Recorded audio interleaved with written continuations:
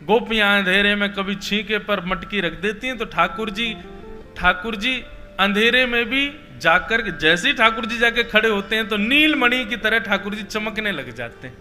और मटकी कहां रखी है गोपाल जी को दिख जाती है। स्वराट तेने ब्रह्म हृदय आदि कवये, आदि कवि ब्रह्मा को भी जिन्होंने ज्ञान दिया। मुह्यन्ति यत् सूरयः, देवताओं के राजा इंद्र को जिन्होंने वाम हस्त की कन्नी उंगली पर गिरिराज धारण करके मुह्यन्ति मोहित कर लिया। तेजो वारि मृदाम यथा विनिमयो, पृथ्वी जल अग्नि वायु आकाश पंच तत्वों को जिन्होंने अपनी लीला से पवित्र किया। यत्र शर्गो मृषा, 3 स्थानों पर लीला की, ब्रज, द्वारिका और हस्तिनापुर।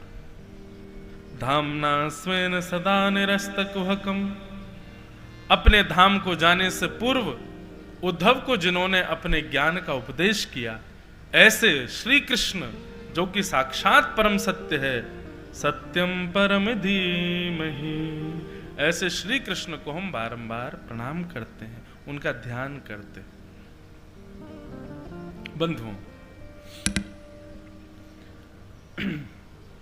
मैं अधिकतर कथाओं में एक बात कहा करता हूं। जब भागवत के प्रथम स्कंद में हम प्रवेश करते हैं, श्रीमद् भागवत जी का प्रथम शब्द है जन्म, और हमारा प्रारंभ भी होता है जन्म। तो एक जगह तो मैच हो गए हम भागवत जी से कि यहां भी जन्म से प्रारंभ, जन्माद्यस्य तोन्वयादितरतः, हमारा भी प्रारंभ जन्म से होता है। अब एक जगह से तो मैचिंग हो गई, अब लास्ट मैच करना है। श्रीमद् भागवत के अंतिम श्लोक का अंतिम अक्षर क्या है? नाम संकीर्तनम यस्य सर्व पाप प्रणाशनो, प्रणामो दुख समनः, तम नमामि हरिम परम। हरिम परम, ये भागवत का अंतिम शब्द है। और हमारा अंतिम शब्द क्या है? वेंटिलेटर। हमारा अंतिम शब्द क्या है? हॉस्पिटल। हमारा अंतिम शब्द क्या है? एक्सीडेंट। हमारा अंतिम शब्द क्या है? आत्महत्या। हम लोगों का अंत इन्हीं चीजों में तो हो रहा है। वेंटिलेटर पे हो गया, कोरोना हो गया, कैंसर हो गया, हार्ट अटैक पड़ गया, हॉस्पिटल में पधार गए, एक्सीडेंट हो गया, और कोई बहुत ही बेचारा बेगला होगा तो फांसी से लटक गया। यही सब तो हैं हमारे अंत। तो हमारा लास्ट मैच नहीं होता है भागवत जी से। प्रारंभ तो मैच हो रहा है जन्म, पर हमारा विश्राम मैच नहीं होता भागवत जी से। यहां मिलान नहीं हो रहा है। हरिम परम। गोस्वामी तुलसीदास जी का मैच हो गया, हरिम परम। मीराबाई का मैच हो गया, सूरदास जी का मिलान हो गया, करमेती बाई का मिलान हो गया, कबीरदास का मिलान हो गया। हमारा मिलान नहीं हुआ अभी तक। अभी समय है, संभल जाएं। अभी समय है, व्यवस्थित हो जाएं। और श्रीमद् भागवत का जो विश्राम है, उस विश्राम से हमारा मिलान हो, इस क्रिया को करने लग जाओ। यही जीवन का कल्याण है। समझ में आई? यह है कल के प्रश्न का उत्तर। हमारा विश्राम जहां है, हमारा अंत जहां है, हमारा गंतव्य जो है, वो गंतव्य हमारा सूरदास, मीराबाई, भक्तिमती करमेती बाई, कृष्णदास, नंददास, चीत स्वामी, कुंभन दास आदि आदि इन भक्तों की तरह हमारा भी विश्राम हो। हमारा और भागवत जी का जो विश्राम है वो मिलान हो जाए, वो एक हो जाए, तब अपने जीवन का कल्याण समझे। और उसको करने के लिए जो करना पड़े वो करो। अंत क्या है भागवत जी का? विश्राम क्या है? हरिम परम। परम हरि के चरणारविंद। जब तक वो चरणारविंद प्राप्त ना हो, तब तक हमारी श्वास का अंत नहीं होना चाहिए। अभी हम लोगों की स्थिति क्या है? इतना कमा लें बस, फिर कुछ नहीं करना। ये काम हो जाए बस, इसके बाद चाहे जो हो जाए, बेटी का ब्याह हो जाए फिर चाहे जो हो जाए, ये व्यापार मेरा व्यवस्थित हो जाए फिर चाहे जो हो जाए। ऐसे ही यह विचार करो, एक बार राम जी मिल जाए फिर चाहे जो हो जाए, एक बार हमारे ठाकुर जी हमको मिल जाए फिर चाहे जो हो जाए। ऐसा बोलते हुए किसी को देखा ही नहीं मैंने।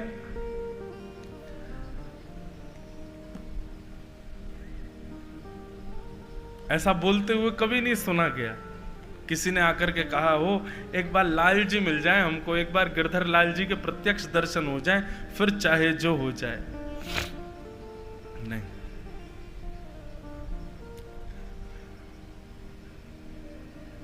अर्थ न धर्म न काम रुचि,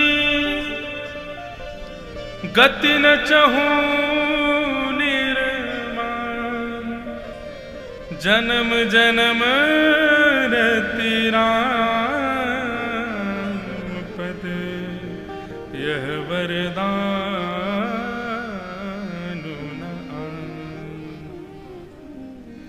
ना हमें अर्थ की इच्छा है, ना हमें धर्म की इच्छा है, ना किसी कामना की हमको इच्छा है।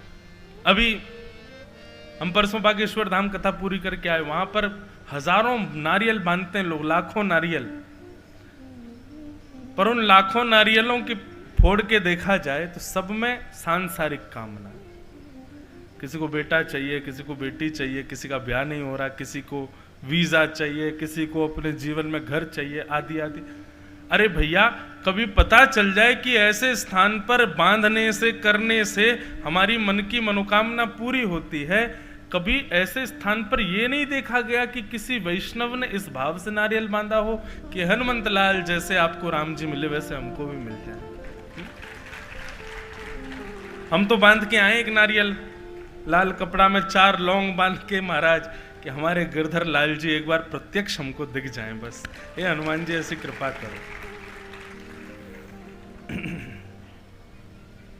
और दिखे ना भी तो कोई बात नहीं, हमारी इतनी योग्यता नहीं। कभी कभी पता मुझे क्या लगता है, ठाकुर जी दिखते क्यों नहीं, मिलते क्यों नहीं, बोलते क्यों नहीं? हमारे मान की रक्षा के लिए। क्योंकि हम लोग तो इतने अभिमानी हैं भैया, तिलक लगाने से ही हमको अभिमान हो जाता है कि हम तो वैष्णव हैं। प्याज लहसुन छोड़ने मात्र से अभिमान कर लेते हैं, एकादशी व्रत करने मात्र से अभिमान कर लेते हैं। इतने से करने, 4 घंटा कथा करने के बाद एक सूक्ष्म मान आ जाता है मेरे अंदर भी। 4 घंटे कथा करके आया हूं मैं, खुले बता रहे हैं मंच से। कई बार कई जगह बहुत आनंद आ जाता है, 8-8 घंटे कथा भी चलती है। एक सूक्ष्म मान आ जाता है, इतना सा करने से मान आ जाता है। ठाकुर जी प्रत्यक्ष सामने हो गए, हमको अभिमान नहीं होगा, निश्चित हो जाएगा। मेरी भक्ति की सामर्थ्य देखो, ठाकुर जी मेरे सामने प्रत्यक्ष खड़े हैं। केवल ये अभिमान हमको ना हो, इसलिए ठाकुर जी मूर्ति बन के खड़े रहते हैं, कहीं इसको मान ना हो जाए अपने ऊपर। इसलिए मिले ना भी चलेगा, क्योंकि मुझे पता है मैं कलयुगी हूं, कलयुगी लोगों के बीच में रहता हूं, वही खाता हूं जो ये कलयुग के लोग खा रहे हैं, वही रहता हूं जहां ये कलयुग के लोग रह रहे हैं। निश्चित है मान तो मेरे भीतर आएगा। इसलिए प्रत्यक्ष ना भी मिले ठाकुर जी चलेगा, लेकिन जो प्रेम, जो तड़फन मिलने की है वही बढ़ती रहे ठाकुर जी, भले ही मिले ना। पानी पीने में इतना सुख नहीं मिलता, जब प्यास लगती है और पानी ना मिले तो पानी की याद में जितना सुख होता है। पानी मिल जाए, पानी मिल जाए, पानी मिल जाए, ठंडा ठंडा पानी मिल जाए। अभी नहीं पता चलेगा, जब जेठ का महीना आएगा, जुलाई का महीना, भीषण गर्मी पड़ रही होगी, तब पानी का मूल्य समझ आता है। और उस समय पानी ना मिले, उस समय लगता है दुनिया में सब व्यर्थ है, पानी मिल जाए बस। भूखे को भोजन का मूल्य पता लगता है, लेकिन भोजन मिल जाने के बाद, जल मिल जाने के बाद वो मूल्य हम तुरंत खो देते हैं। ऐसे ही ठाकुर जी से मिलने के लिए तड़पते तो रहे। श्रीमद् भागवत में एक भक्त हुए वृत्रासुर, वृत्रासुर भगवान से कहता है, न नाक पृष्ठम न च पारमेष्ठम न सार्वभौमम न रसाधिपत्यम न योग सिद्धे अपुन भवम वा समंजसत्वा विरहय कांक्षे। हे ठाकुर जी, मुझे ब्रह्मा की पदवी नहीं चाहिए, मुझे शंकर की पदवी नहीं चाहिए, मुझे पृथ्वी का राजा नहीं बनना, मुझे रसातल का राज्य भी नहीं चाहिए। भगवान बोले तो क्या चाहिए? वृत्रासुर कहता है जो मांगूंगा सो दोगे? भगवान बोले देंगे। बोले समंजसत्वा विरहय कांक्ष, हे नाथ यदि आप देना चाहते हो तो ऐसी कृपा कर दो कि मुझे आपका विरह हो जाए, मैं आपकी याद में व्याकुल रहूं नाथ, ऐसी कृपा मुझे। और याद रखिएगा, व्याकुलता देना, दर्शन मत देना। दर्शन की व्याकुलता मेरे अंदर आ जाए, दर्शन की तड़पन मेरे अंदर आ जाए, लेकिन नाथ आप कभी मिलना मत मुझसे। क्योंकि जब आप दर्शन देते हो तो केवल दो नेत्रों को दिखते हो, लेकिन जब आप दर्शन नहीं देते, हम व्याकुल होते हैं, तो रोम रोम आपको याद करता है भगवान, उसमें ज्यादा सुख है।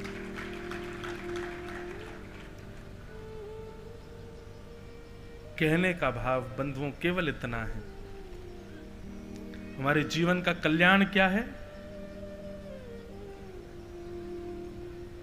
जैसे भक्तों ने अपने जीवन के विश्राम को श्रेष्ठ बनाया भक्ति पथ पर चल के, जैसे श्रीमद् भागवत के विश्रांति हरिम परम के चरणारविंद में है, वैसे ही हमारे जीवन का विश्राम हो।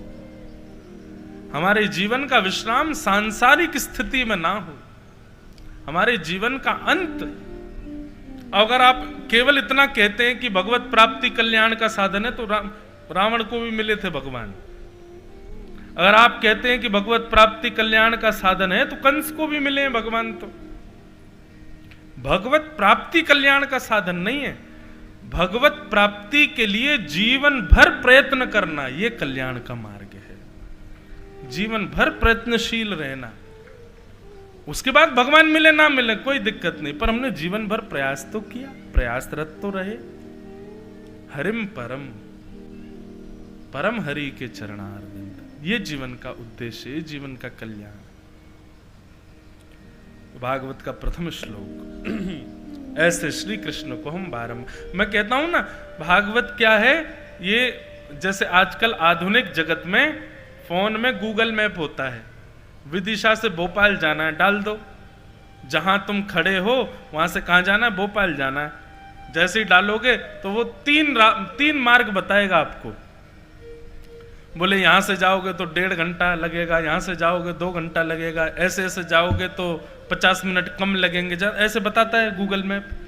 ठीक वैसे ही हमारा जीवन जो है, गंतव्य हम सबको पता है, हमारा गंतव्य क्या है? गंतव्य क्या है? मृत्यु।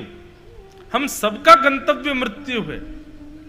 वो बात अलग है कि हम उसको नजरअंदाज कर देते हैं, पर गंतव्य हमारी मृत्यु है। हमको मृत्यु रूपी गंतव्य पर जाना है। अब कैसे जाना चाहिए, कहां से जाना है? मृत्यु रूपी गंतव्य स्थान पर बहुत सारे घर हैं। जैसे भोपाल में बहुत सारे घर हैं। अब भोपाल जाना, भोपाल में कहां जाना है? ठीक वैसे ही मृत्यु एक शहर है, अब उसमें तुमको कहां जाना है? किसी को ऐश्वर्य रूपी घर में जाना है, किसी को पाप रूपी घर में जाना है, किसी को भोग रूपी घर में जाना है, पर हमको तो श्री राघव के प्रेम रूपी घर में जाना है। हमारा गंतव्य तो वो है कि उनका प्रेम प्राप्त हो। उसके लिए श्रीमद् भागवत जी नेविगेशन है। अगर उस मृत्यु रूपी शहर में श्री राम कृष्ण के प्रेम रूपी उस स्थान पर जाना है, तो भागवत का आश्रय लीजिए। भागवत आपको बताएंगे कहां रुकना है, कहां ब्रेक लगाना है, कहां से मुड़ना है, कहां से नीचे जाना है, कहां ऊपर आना है, कहां तेजी से चलना है, कहां धीमे चलना है। अपने गंतव्य तक पहुंचने के क्या क्या नियम, उपाय, कारण होंगे, वो सब भागवत बताती है। तो यदि आज आ गए हो तो अपने मति रूपी मोबाइल फोन में श्रीमद् भागवत रूपी एप्लीकेशन डाउनलोड कर लीजिए और उस पर श्री कृष्ण प्रेम रूपी गंतव्य डाल दीजिए। चल पड़िए इस भक्ति के पथ पर, यही जीवन का कल्याण है।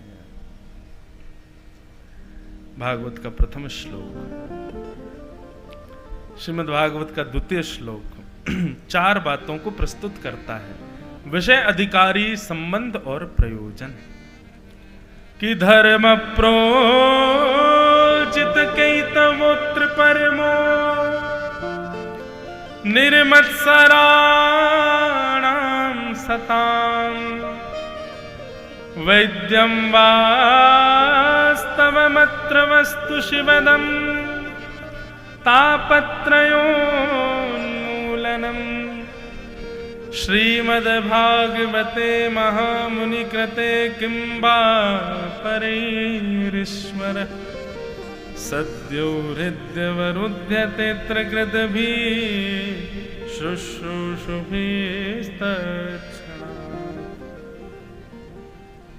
बहुत सावधानी से सुनो। धर्म प्रोजित केतवोत्र परमो, भागवत का विषय। श्रीमद् भागवत की कथा कई लोग इसलिए कराते हैं हमारे पितृ मुक्त हो जाएं। बहुत सावधानी से सुनिएगा। भागवत जी की कथा इसलिए करा रहे हैं पितृ मुक्त हो जाएं, हो जाते हैं, वो बात सत्य है, पर इसी कारण से नहीं करानी चाहिए। बहुत ध्यान से सुनिए। और जो लोग, अच्छा एक बात बताएं, ये 25-30 तो उत्तर हमको यहां मिले हैं प्रत्यक्ष, कम से कम 100 से अधिक उत्तर तो सोशल मीडिया से हो रहे हैं। कल्याण का साधन क्या है, तो ये भी अच्छी बात है, वहां पे भी लोग सुनते हैं, बहुत लोग सुनते हैं। कल की कथा 35-40 हजार लोगों ने सुनी होगी, हर दिन सुनते हैं, बहुत वैष्णव। अच्छा लगता है कि ये नहीं कि भाई कितने हम बढ़ रहे हैं, कितने पॉपुलर, ये अच्छा लगता है कि इतने लोग कथा सुनते हैं, इतने लोग कम से कम भगवत भाव सुनते तो हैं, अच्छा लगता है।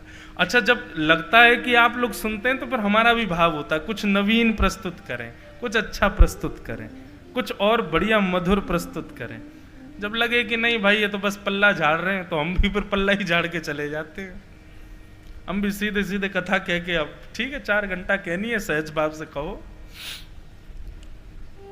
तो भागवत का विषय क्या है? धर्म प्रोजित केतवोत्र परमो।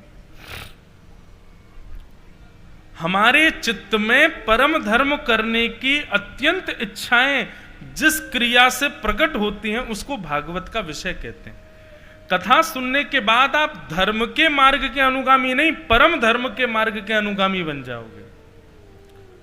धर्म और परम धर्म में अंतर क्या होता है? जहां पर अपने और अपनों का विचार किया जाए वो धर्म है, और जहां पर सबका विचार किया जाए वो परम धर्म है। अब हमारे बटुक जी महाराज स्वयं भी कथा वक्ता हैं, अच्छी मधुर कथा कहते हैं, पर बटेश्वर महादेव के उपलक्ष्य में उनके पाटोत्सव के रूप में खर्चा करेंगे, आप सब लोगों को जोड़ेंगे, सबसे कहेंगे कि भाई अपना अपना व्यय करो, और फिर किसी को बाहर से बुलाएंगे, आप आके कथा सुनाओ। ये परम धर्म है। परम धर्म की इच्छाएं अत्यंत प्रकट हों, यह भागवत का विषय है।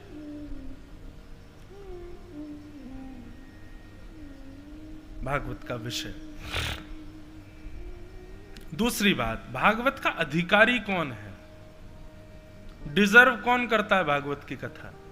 तो कहते हैं निर्मत्सराणाम सताम, जिसके चित्त में मात्सर्य दोष नहीं है। एक बात सदैव याद रखिएगा बंधुओं, अगर आप स्वयं को वैष्णव कहते हैं, स्वयं को भक्त कहते हैं, स्वयं को भगवत अनुरागी कहते हैं, लेकिन कहीं ना कहीं मात्सर्य दोष आपके चित्त में है, तो निश्चित है कि आप अभी परिपूर्ण रूप से वैष्णव हुए नहीं हो। मात्सर्य दोष किसको कहते हैं? किसी अन्य से जलन होना, किसी से चिढ़ होना, किसी के प्रति दुर्भाव चित्त में आना, किसी की उपलब्धि देख करके स्वयं को असहज अनुभव करना, ये सब मात्सर्य दोष कहलाते। और एक बात कहें, 95% लोगों में मात्सर्य दोष होता है। बुरा नहीं मानिएगा, इस पंडाल में बैठे हुए भी अधिकतर लोगों में मात्सर्य दोष होगा। स्वयं सोचिए, विचार करिए, क्या नहीं है हमारे अंदर? है किसी एक के प्रति तो हमारे भीतर होता है कि वो व्यक्ति जब सामने आता है तो कहीं ना कहीं मन में एक ईर्ष्या जन्म लेती है, छोटी सी। आपका उद्देश्य अब यह है कि वो व्यक्ति आपको प्रिय लगना चाहिए, इतना नाम जप करो। उसके प्रति अभी ईर्ष्या भाव नहीं आना चाहिए आपके चित्त में। जब तक वो प्रिय ना लगने लग जाए तब तक आप नाम जप बढ़ाते रहो, कथाएं सुनते रहो, इतना सत्संग करो कि वो प्रिय दिखे। और आपके अत्यंत प्रयास करने के बाद भी वो प्रिय नहीं हुआ तो आपका सब करना व्यर्थ है। प्रिय लगे। हम तो कहते हैं कथा सुनने के बाद में 7 दिन बाद इसका प्रैक्टिकल किया करो। जिस व्यक्ति से आपको कभी ईर्ष्या हुई है, जिस व्यक्ति से आपको सूक्ष्म एक उसको देख करके मन में ईर्ष्या का भाव उत्पन्न होता है, कथा सुनने के बाद उसके गली में जाया करो, उसके घर के बाहर जाया करो, और वो दिख जाए ना उसको देखा करो। अभी भी ईर्ष्या हो रही है, अभी और कथा सुननी है मुझे। जिस दिन उसको देखते ही उसमें ईर्ष्या का भाव ना, उससे प्रेम का भाव प्रकट हो जाए, बस समझना अब राम जी मिलने को तैयार हैं हमसे। अब बस ठाकुर जी अब हमसे मिलेंगे। क्यों? आप कहोगे क्या राम जी को रावण से ईर्ष्या नहीं थी? ईर्ष्या होती ना तो हनुमान जी को नहीं भेजते, ईर्ष्या होती ना अंगद जी को नहीं भेजते समझाने, ईर्ष्या होती तो सीधे आक्रमण होता, ईर्ष्या होती तो समझाया नहीं जाता। लेकिन सामने वाला मान ही नहीं रहा है किसी भी क्रिया से, तब युद्ध हुआ। अच्छा देखो, ठाकुर जी ने किसी से ईर्ष्या की नहीं। महाभारत युद्ध भी जब होने वाला था तो भगवान स्वयं शांति दूत बन करके गए और कौरवों को एक बार समझाने का प्रयास किया।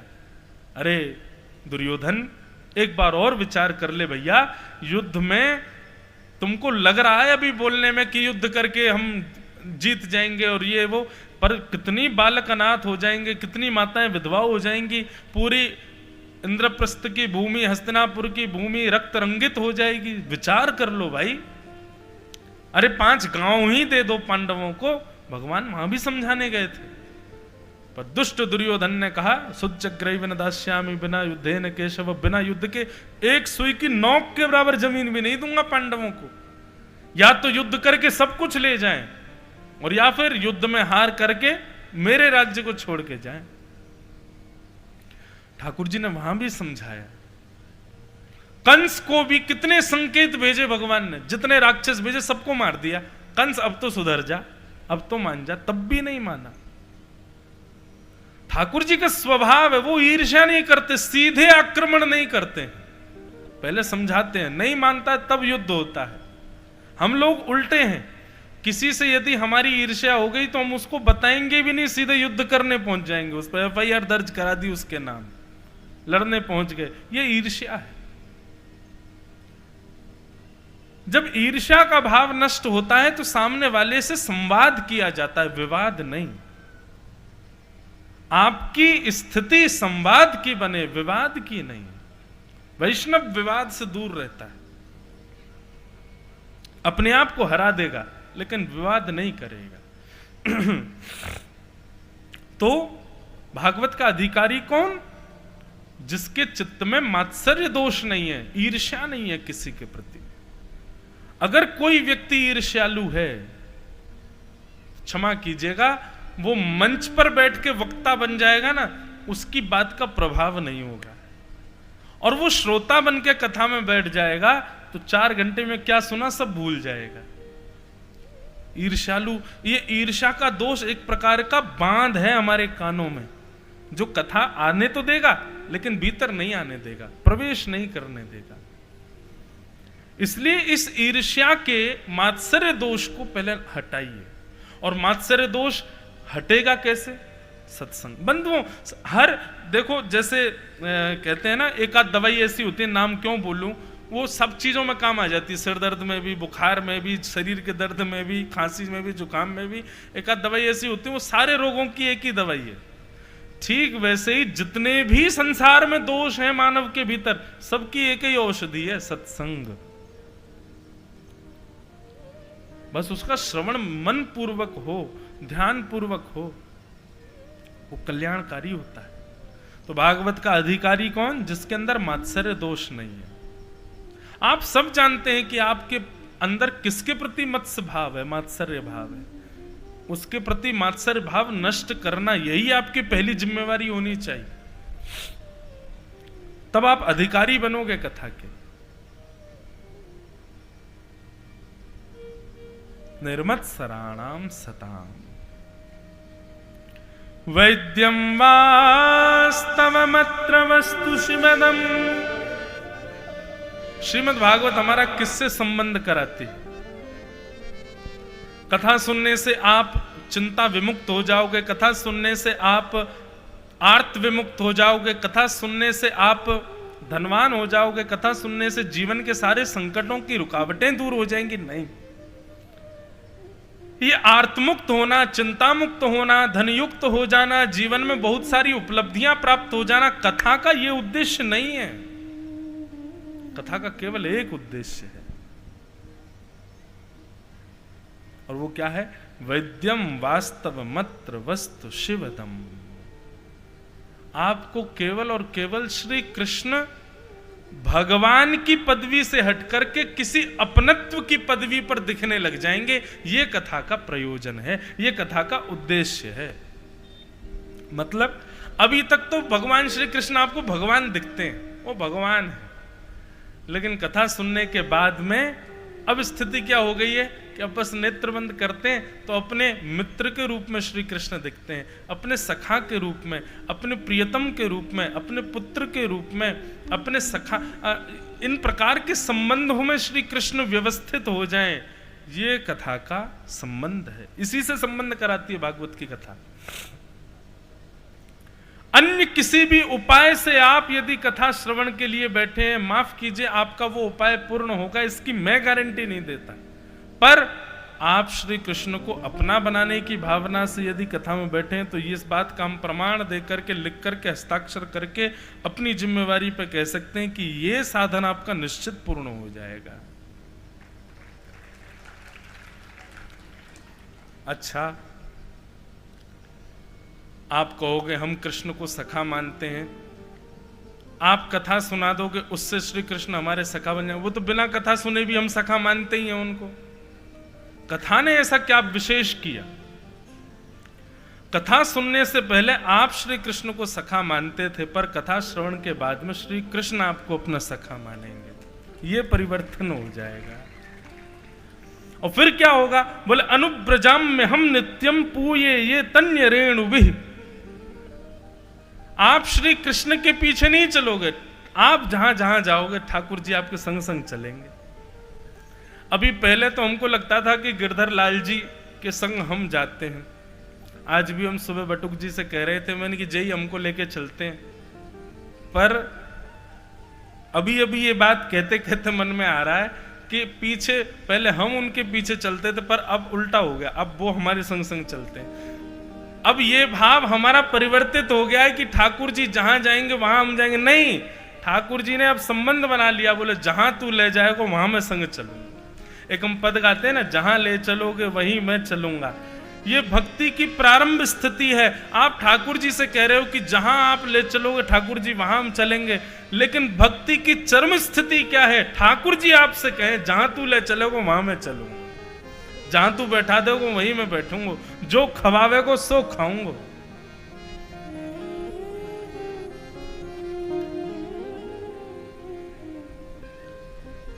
भक्ति की चरम स्थिति क्या है? तुम ठाकुर जी के पीछे पड़ो नहीं, मेरा सुमिरन हरि करें मैं पावा विश्राम।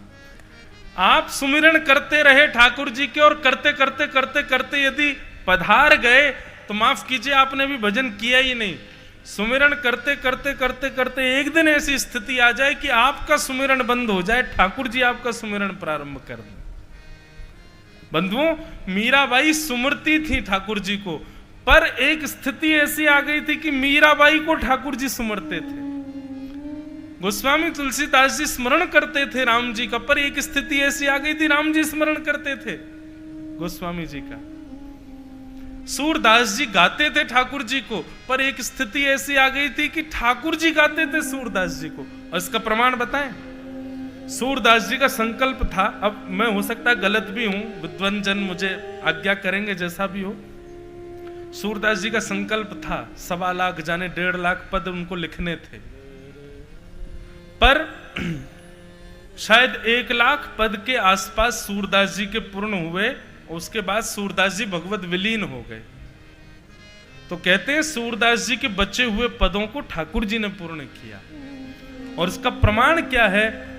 आप जब भी कोई पद सुनते हैं और पद के अंतिम अंतरे में छाप यदि आती है सूरदास, तो समझो ये सूरदास जी ने लिखा है।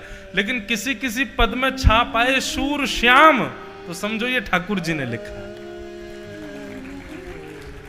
ये प्रमाण है। हो गई ना स्थिति। पहले सूरदास जी भज रहे थे ठाकुर जी को, लेकिन स्थिति ऐसी आई कि सूरदास जी को ठाकुर जी भजने लगे।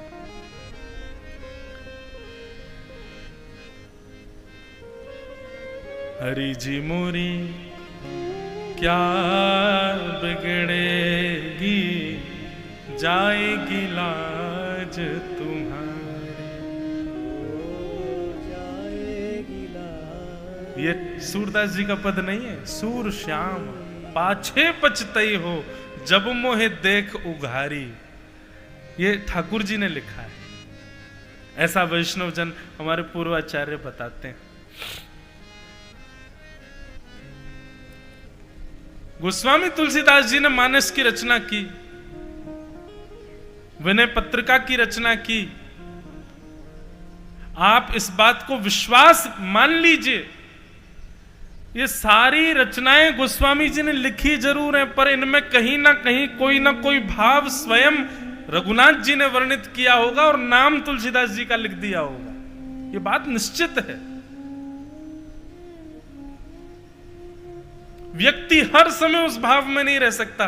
कई विशेष भाव जो स्पर्श करते हैं, हृदय स्पर्शी होते हैं, ठाकुर जी लिख के जाते हैं उन भावों को। गीत गोविंद जयदेव महाप्रभु पद लिख रहे थे अष्टपदी, और पद लिखते लिखते लिखते अंतिम भाव नहीं आ रहा था। क्या करूं क्या करूं क्या करूं। पत्नी को कह के गए, अब ये आके लिखूंगा, मैं स्नान के लिए जा रहा हूं। जैसे स्नान करने के लिए गए, इतने में ही ठाकुर जी जयदेव महाप्रभु का रूप बना करके आ गए। और जैसे ही कक्ष में आए, पत्नी बोली, आप तो स्नान करने गए थे। अरे नहीं देवी, मुझको याद आ गया, मैं तुरंत लिख देता हूं। तुरंत लिख दिया अंतिम पद, और लिखने के बाद बोले, देवी सुनो, आज स्नान बाद में करेंगे, पहले भोजन कराओ।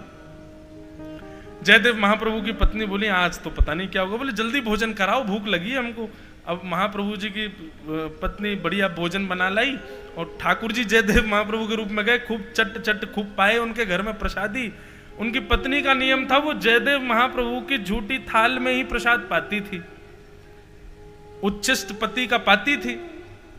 अब ठाकुर जी तो पाके बोले, अब मैं जा रहा हूं स्नान करने, तुम पालो। अब वो महाप्रभु जी की पत्नी उसमें पाने लगी। इतने में जयदेव महाप्रभु, असली जयदेव महाप्रभु आ गए। आकर के बोले, देवी ये तुमने क्या किया? नहीं कोई दिक्कत नहीं है, पाओ, पर तुम्हारा तो नियम है कि हम पा लेते हैं, हमारे बाद तुम हमारी थाली में पाती हो। आज हमसे पहले ही शुरू हो गई, इतनी भूख लगी तुमको? पत्नी बोली, क्या बात कर रहे हो, अभी अभी आप पा करके गए? जयदेव महाप्रभु बोले हम तो स्नान करने गए थे, उसके बाद संध्या वंदन करके हम आए। पत्नी बोली, अरे आप आए तो थे बीच में, आके बोल के गए, मुझको पद याद आ गया, आपने पद पूर्ण किया। पद पूर्ण करने के बाद आपने कहा भोजन लगाओ, भोजन किया, उसके बाद ही मैं, आप कहां खो गए, स्वप्न में हैं क्या? जयदेव महाप्रभु बोले, मैं नहीं, तुम स्वप्न में हो। अरे पद तो पूर्ण हुआ ही नहीं। पत्नी बोली, पद लिख के गए हो आप पूरा। जयदेव महाप्रभु दौड़ करके गए, जैसे ही पन्ना खोल करके देखा, अंतिम पंक्ति जो उनको याद नहीं आ रही थी वो वहां लिखी हुई थी। वो देखते ही, और वो उसका अर्थ क्या था मुझे स्पष्ट याद नहीं, पद मुदारम, देही पद पल्लव मुदारम ऐसे करके है अंतिम पद। तो उसका अर्थ ये था कि ठाकुर जी के गुणानुवाद किए जयदेव महाप्रभु ने। ठाकुर जी ऐसे, ठाकुर जी ऐसे, ठाकुर जी ऐसे। अंतिम पंक्ति में कुछ याद नहीं आ रहा था, तो स्वयं जगन्नाथ जी जयदेव महाप्रभु के रूप में आकर के लिख करके गए, ऐसे श्रेष्ठ ठाकुर जी का सिर सदा श्री जी के चरणों में झुका रहता है। ये पद ठाकुर जी लिख करके गए, और ये देखते ही जयदेव महाप्रभु के नेत्र सजल हो गए। पत्नी के हाथ से थाल छीन लिया, पाने लगे। पत्नी बोली मेरा झूठा है। बोले तेरा नहीं, ये तो श्री जगन्नाथ जी का उच्छिष्ट है।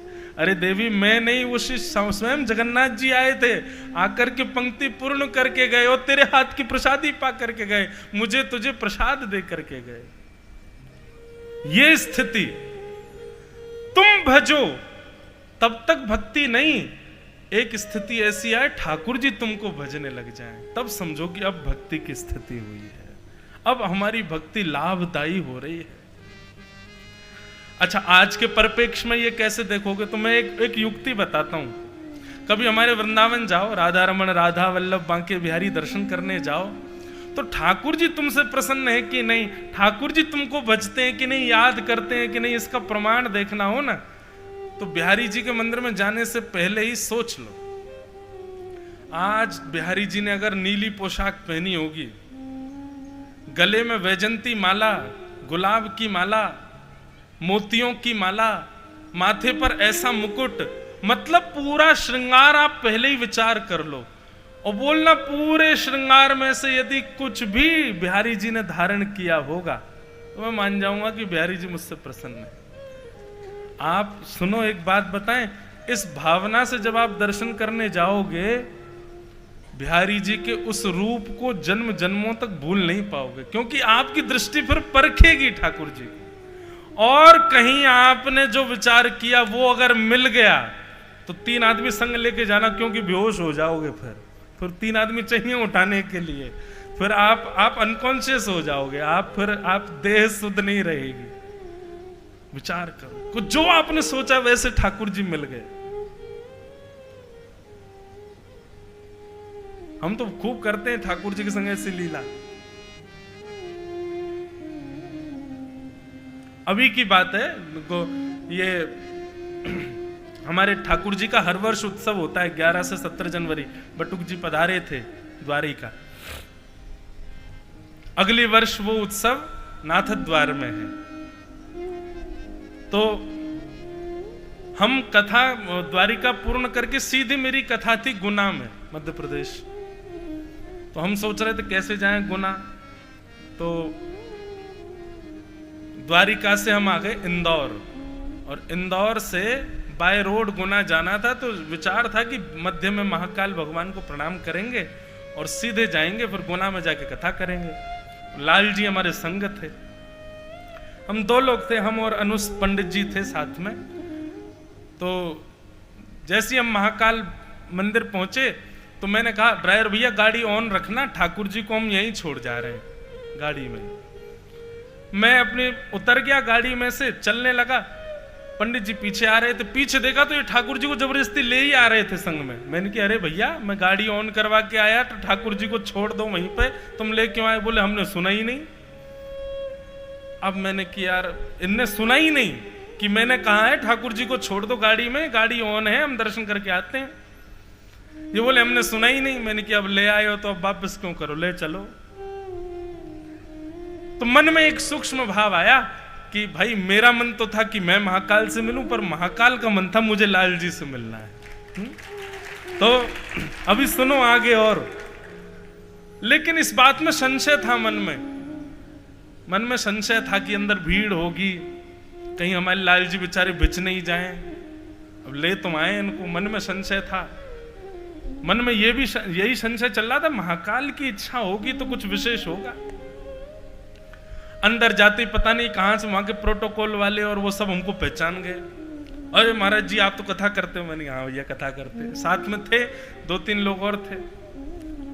तो व्यवस्था ये हुई कि फिर मंदिर के मुख्य पुजारी जी भी पहचान गए, तो उनने हमको वीवीआईपी बुला लिया। तब तक भी था चलो ठीक है, लाल जी भीड़ में नहीं गए, व्यवस्थित है अभी तक भी मामला। जैसे ही महाकाल भगवान के सामने गए, दर्शन करके बलैया ली, जय हो हमारे गोपेश्वर महादेव, राधा वल्लभ लाल की जय, हमारे गिरधर लाल की जय। हम महादेव के मंदिर में जाकर ठाकुर जी की जय जयकार करते हैं, खुश होते होंगे महादेव। इतने में ही वो पुजारी जी आए और पंडित जी से बोले लाओ ये क्या है? मैंने कही ये प्रसाद नहीं है, हमारे ठाकुर जी है इसमें, मैं कहीं ये जाके चढ़ा दें भीतर। पंडित जी हट करें, नहीं ये दो हमको दो। अरे मैं भीड़ भाड़ बहुत थी, मैं उनसे कहूं मैंने ठाकुर जी हैं हमारे, वो सुने ही नहीं, ले ही गए भीतर। अब मैंने कि भाई अब क्या होगा, मैंने कि ये कहीं प्रसाद के डिब्बा की तरह चढ़ा नहीं है, छोटी सी झांपी जी में लाल जी, हमारे नेक्स्ट से लाल जी। महाकाल भगवान के सामने जाकर के उन्होंने वो खोला और तुरंत लाल जी को उठा करके नेक्स्ट से लाल जी, महाकाल भगवान ने विशाल माला पहनी थी, वो माला में ही ठाकुर जी को विराजमान कर दिया, हरिहर मिलन हो गया। और उसके बाद जो मेरी स्थिति, नेत्रों में आंसू नहीं रुके, और तब ये बात पुष्ट हो गई कि नहीं, महाकाल चाह रहे थे कि लाला जन्मोत्सव मना के द्वारिका से आए और एक बार मेरे गले तो लगाए दो या को। अच्छा, फिर क्या हुआ? शीतकाल में हमारे ठाकुर जी ज्यादा स्नान नहीं करते।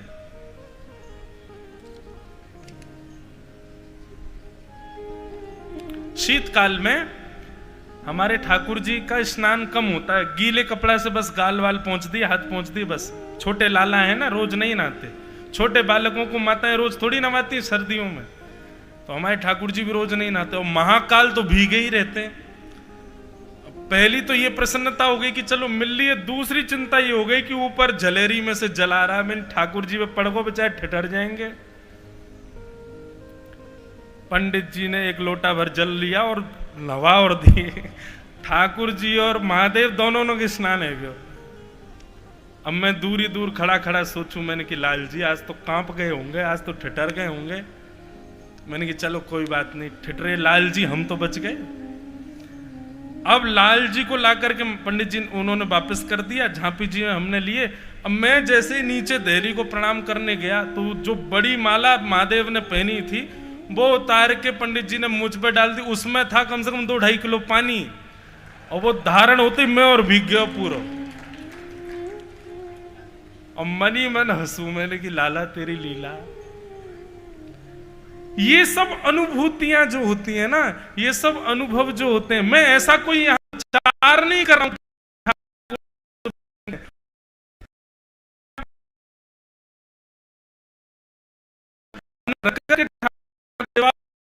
में यदि प्रयास किया ना तो एक और अष्टपदी गाऊंगा, बहुत सुंदर है।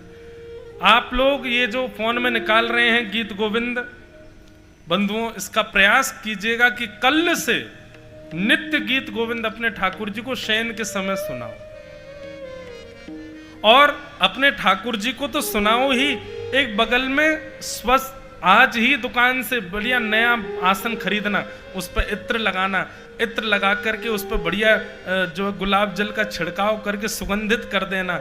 उस आसन को कोई और प्रयोग ना करे, खाली आसन एक चौकी पर रख करके ऐसा भाव रखना कि ठाकुर जी इस पर बैठे हैं। फिर गीत गोविंद गाना 1 महीना, 2 महीना, 6 महीना, 1 वर्ष, 2 वर्ष, 5 वर्ष नित्य गीत गोविंद उस आसन पर बैठ के ये भाव रखना कि इस पर ठाकुर जी बैठे हैं इस आसन पर।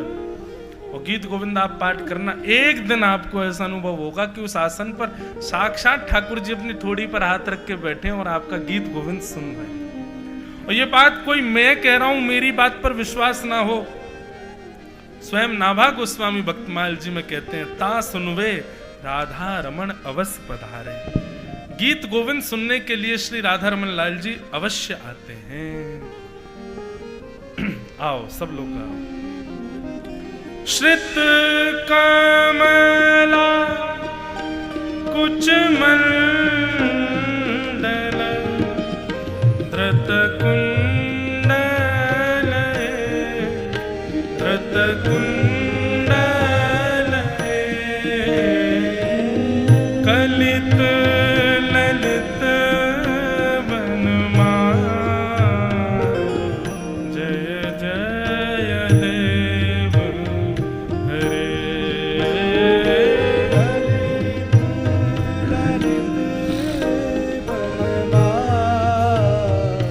जय जय देव हरे।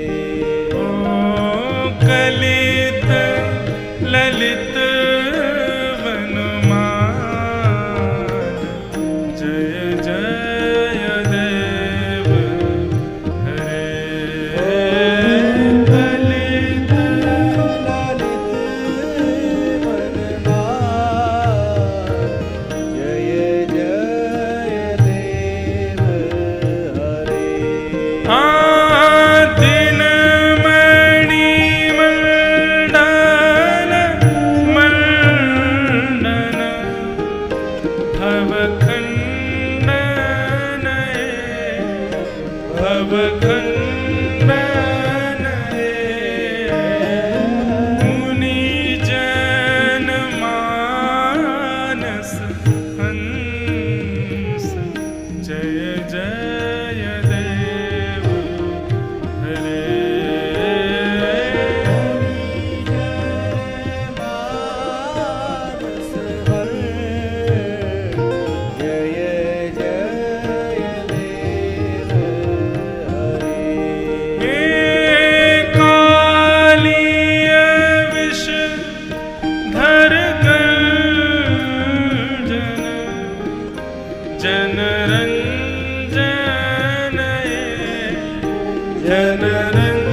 जनरंजन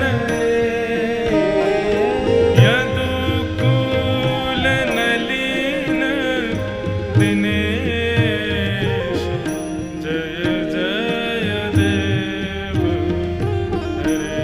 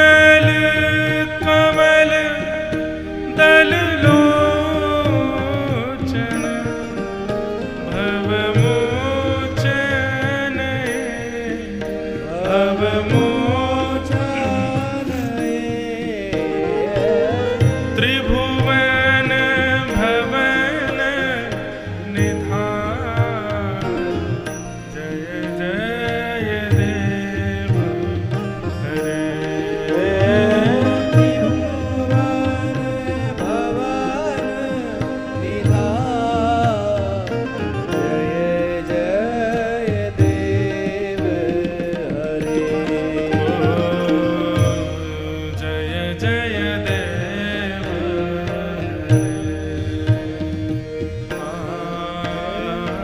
जय जय देव जनक सुता कृत भूषण जित दूषण जित दूषण समर समित दशकन जय जय देव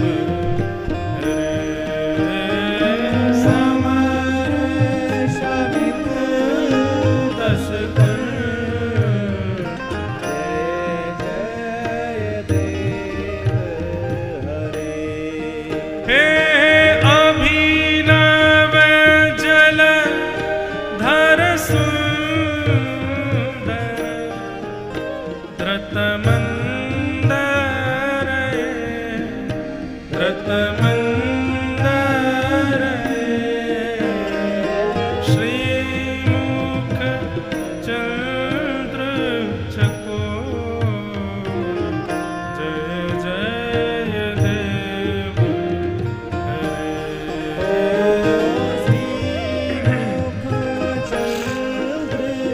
चकोर जय